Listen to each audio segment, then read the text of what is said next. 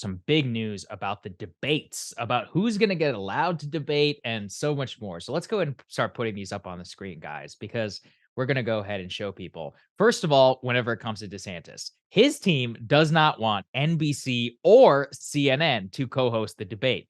Trump, however, is wary of Fox and of Murdoch's perceived turn to DeSantis. I wouldn't even call it perceived. I would say it's just absolutely correct.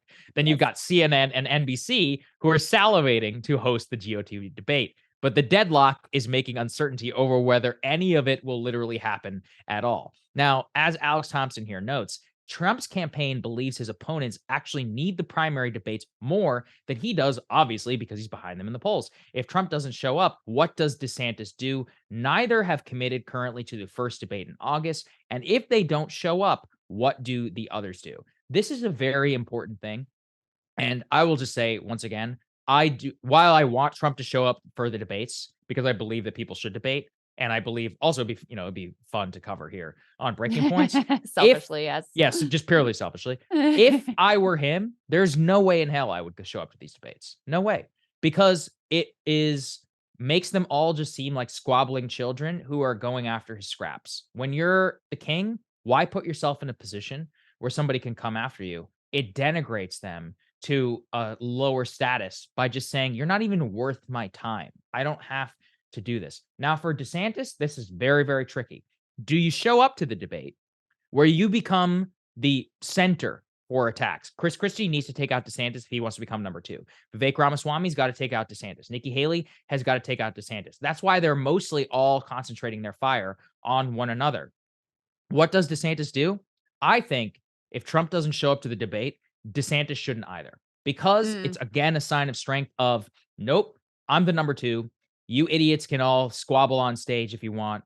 For example, Nikki Haley held a CNN town hall. Nobody cares. Nobody cares because she's a low rated candidate. It's not a media event. He would basically turn. Remember when was it in 2016? The Republican primary debates where they had two debates, the lower polls and then the Yeah, higher yeah, poll, yeah. Yeah, and the where kids' Bobby table. Jindal and all them nobody cared. Nobody watched it at all. It was irrelevant from a perspective. He needs to turn if Trump does not show up, that's what DeSantis should do. He should turn the GOP primary debates into a spectacle. Now, I once again want to say I do think everybody should debate. I think it's important for a democracy, but unfortunately there is no requirement to do so. Yeah, I think we should have a law, constitutional amendment, whatever needs to happen Mhm. to make this required because American people deserve to hear from the candidates, especially the candidates who want to be freaking president of the United States. It's absolutely an absurdity. I disagree on the Mm. DeSantis calculus here. So first of all, let me say that if I was the DeSantis team, I would be doing whatever I could, bending to whatever desires Trump has to try to persuade him to debate because I think you need that. I think you need to be You on need it. stage with him to have a shot. Okay. So if Trump is like, I would rather it's NBC. You may not like NBC or CNN or MSNBC or whatever, but if that's where he feels more comfortable, he's got the upper hand. He's got all the leverage. So I would bend to his wishes, even knowing that it is still unlikely that he is probably going to show up in debate. So that's number one. Number two, DeSantis has got to take a lot of risks here. So is it risky for him to step on that debate stage with everybody else, probably like guns blazing directly for him, since he's the one that happens to be there and they're all trying to position themselves to be the Trump alternative and they're all basically too afraid to go directly after Donald Trump? Yeah, that's a huge risk, especially for a guy who, frankly, doesn't do all that well in unscripted situations. So, yes, it's a risk. Do I think it's a risk he needs to take? I do. And it's at least a chance for him to again grab the media attention that he so desperately needs when Trump is typically sucking up all of the oxygen in the room. So I see it a little bit differently. I don't think DeSantis can afford to sit out those sorts of opportunities to get in front of cameras and try to persuade people that he is up to the task and that they should supplant the guy that they already really like, Donald Trump, who was already president of the United States once, with a, newcomer that they like but aren't as sure or as passionate about. Yeah, look, maybe you're right. I truly don't know. Let's talk about the rules and some of that too. Let's go to the next Yeah. part here, guys, because the rules are actually pretty important. This gets to some of the pitches that we are inside the NBC pitch. They say that they're making sure that they'll be seen as fair and talking. And the DeSantis campaign is is upset about the way NBC has previously covered them. CNN as well. Inside of their pitch, they say that CNN can reach more conservatives than Fox as well as independent voters, which is a joke because it's absolutely not Okay. true. Um, Let's go to the next part here, guys, just so we can show everybody. What we can see here is that DeSantis actually is making a case that he does not believe that corporate media should even be involved in the RNC process at all because, quote, their whole goal is to make the Republican candidates as ridiculous as possible. So the last remaining contenders kind of are ABC News, CBS News, and PBS. Let's get a little bit to the rules here because this is important. Let's go to the next one that we can show people. To qualify for the current debates, according to the RNC, candidates must poll at least 1% in 3 national polls or 1% in 2 national polls, 1% in 1 early state polls from 2 separate carve out states, aka like Iowa and New Hampshire, and then a minimum of 40,000 unique donors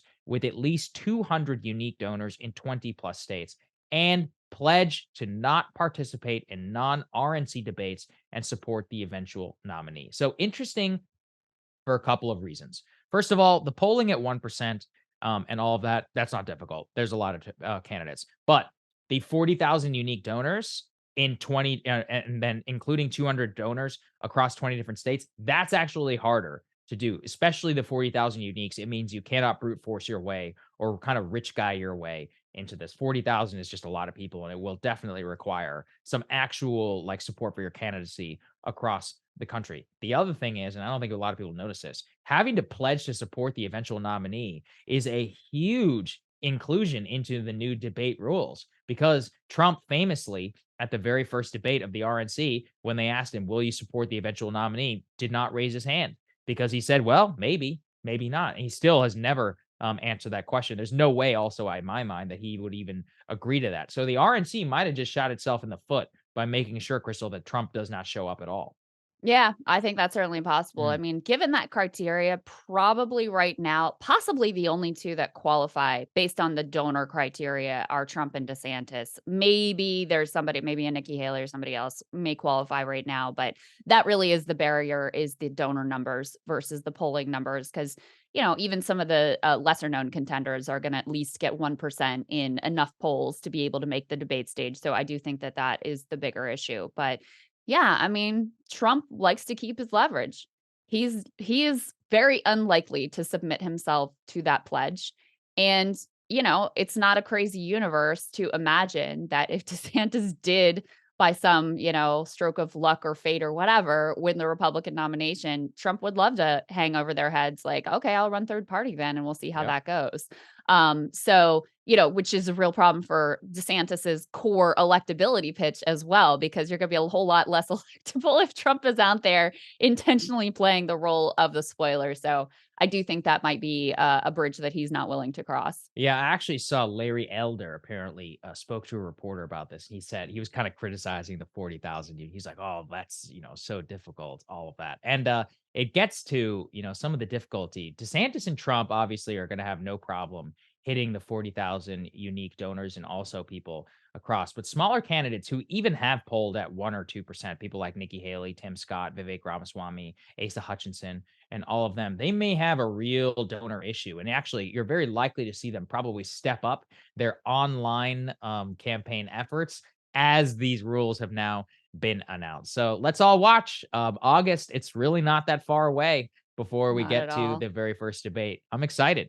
Yeah, Okay. it's gonna be fun. We're gonna have our new set. We got Right. room for panelists. It's I gonna be can't wait. awesome. Hey guys, ready or not, 2024 is fully upon us now, and Saagar and I have been brainstorming ways that we can really up our game for this critical election. Yeah, we rely on our premium subs to expand our coverage, to add staff, to upgrade the studio. We just want to give you the best independent coverage of this election, which is possible. So if you can help us out, become a premium subscriber today, breakingpoints.com, or the link is down here in the description video. It really means the world to us. And if you like what we're all about, this is the best possible way to keep us 100% independent, working only for you.